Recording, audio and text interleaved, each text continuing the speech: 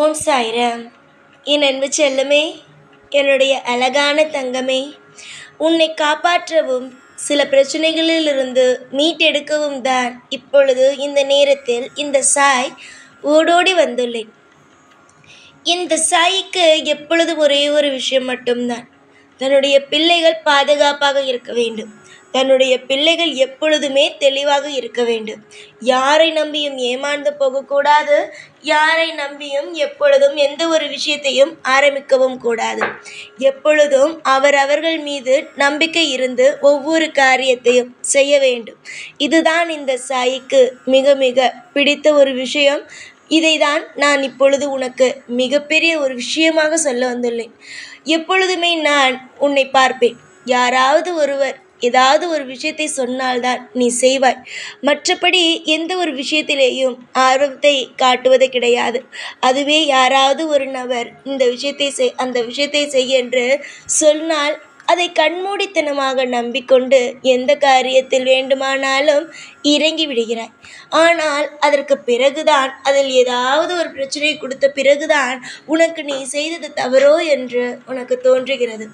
ஏனென்றால் இதுவரைக்கும் நீ எடுத்த முடிவுகள் எல்லாமே தவறு என்றே நீ நினைக்கிறாய். உன்னுடைய முடிவை எப்பொழுதுமே நீ எடுத்துக்கொள்வது கிடையாது. நானும் உன்னிடம் அதிகமாக கேட்டுவிட்டேன், ஏன் உன்னுடைய முடிவை நீ எடுக்க மாட்டேன் என்கின்றாய் என்று. நீ என்னிடம் வந்து சொல்லும் ஒரே ஒரு விஷயம் என்ன தெரியுமா? இத்தனை நாள் நல்ல நல்ல முடிவு தான் எடுத்தேன், ஆனால் எல்லாமே எனக்கு நல்லதாகவா அமைந்தது என்று.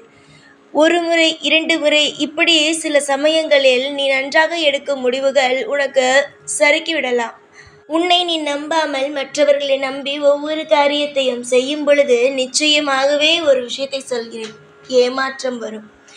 நீ யாரையும் நம்பவில்லை என்று என்னிடம் பொய் சொல்லக்கூடாது தங்கமே. யாரையும் நம்பவில்லை என்று என்னிடம் பொய் சொல்லக்கூடாது.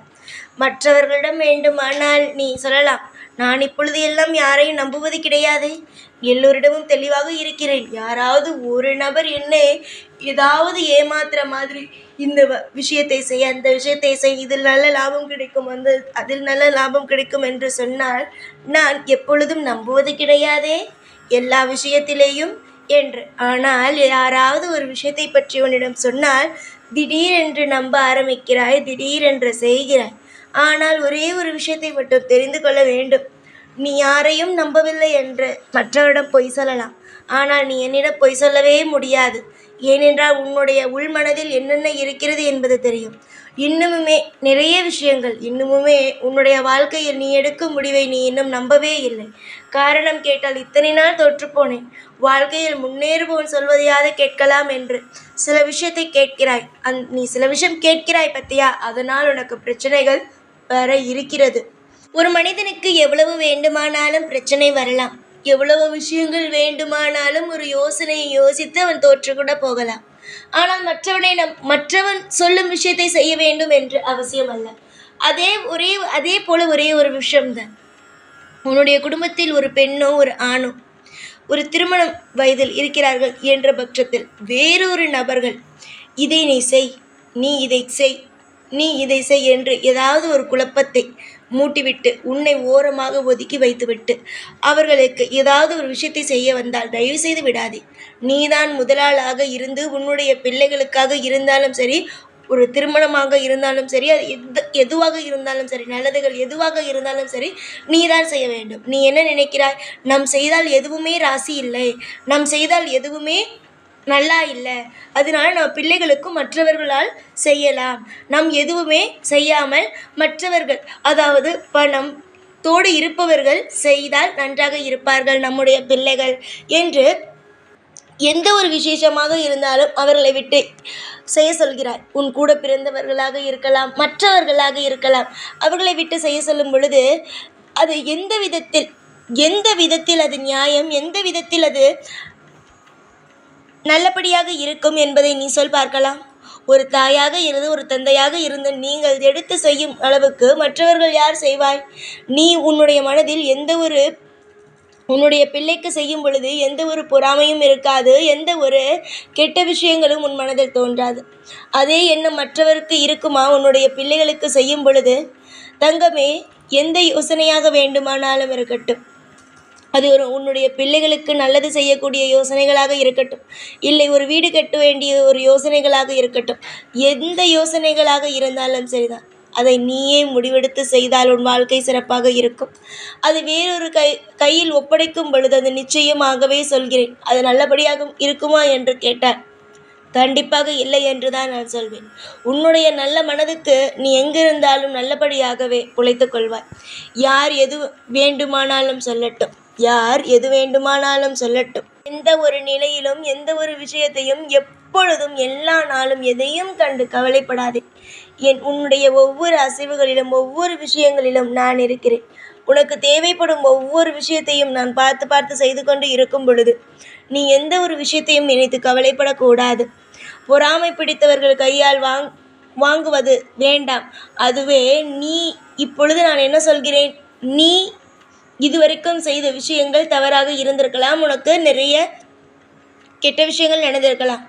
ஆனாலும் நீ உன்னுடைய பிள்ளைக்கோ உன்னுடைய குடும்பத்திற்கோ நீ இருந்து ஒரு யோசனையாக ஒவ்வொரு விஷயத்தையும் செய்யும் பொழுதுதான் அந்த பிள்ளைகளும் வளரும், உன்னுடைய குடும்பமும் வளரும்.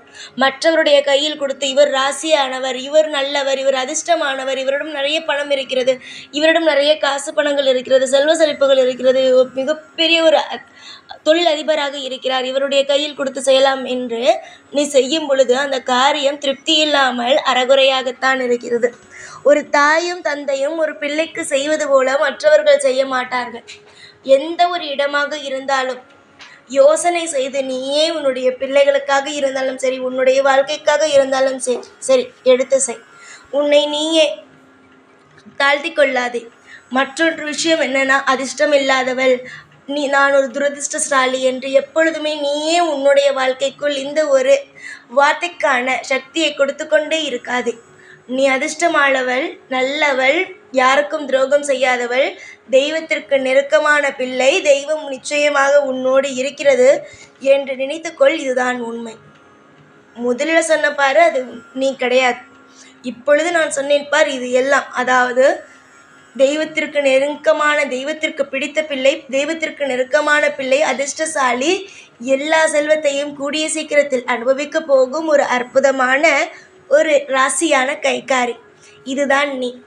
இப்பொழுது நடக்கும் எதையும் வைத்து தீர்மானிக்க கூடாது. முக்கியமாக ஒரு விஷயத்தை சொல்கிறேன், இன்று ஒரு விஷயம் நடக்கிறது என்றால் இந்த விஷயத்தை வைத்து இன்றைய நாளை வைத்து நாளைய நாளை தீர்மானிக்க கூடாது. நாளைய நாள் இன்னும் பிரம்மாண்டமாக கூட இருக்கும். உனக்கு பிடித்தது கூட நாளை ஒரு நாளுக்குள்ளே அனைத்து நல்ல விஷயங்களும் கூட உனக்கு நடக்கும்.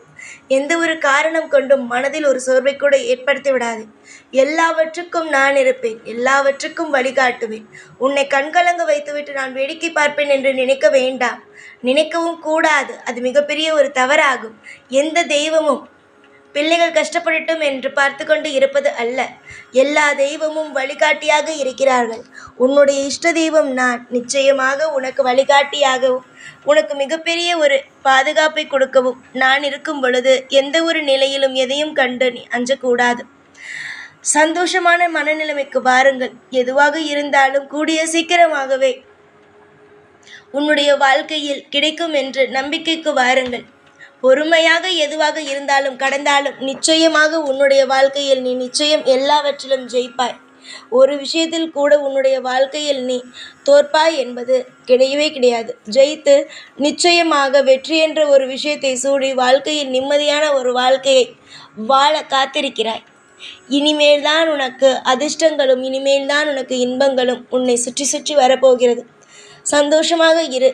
எல்லா நாளும் எப்பொழுதும் உன் கூடவே இருந்து உன்னை வாழ வைத்து அருள்மலை பொழிவேன். இந்த சாய்நான். ஓம் சாய்ராம்.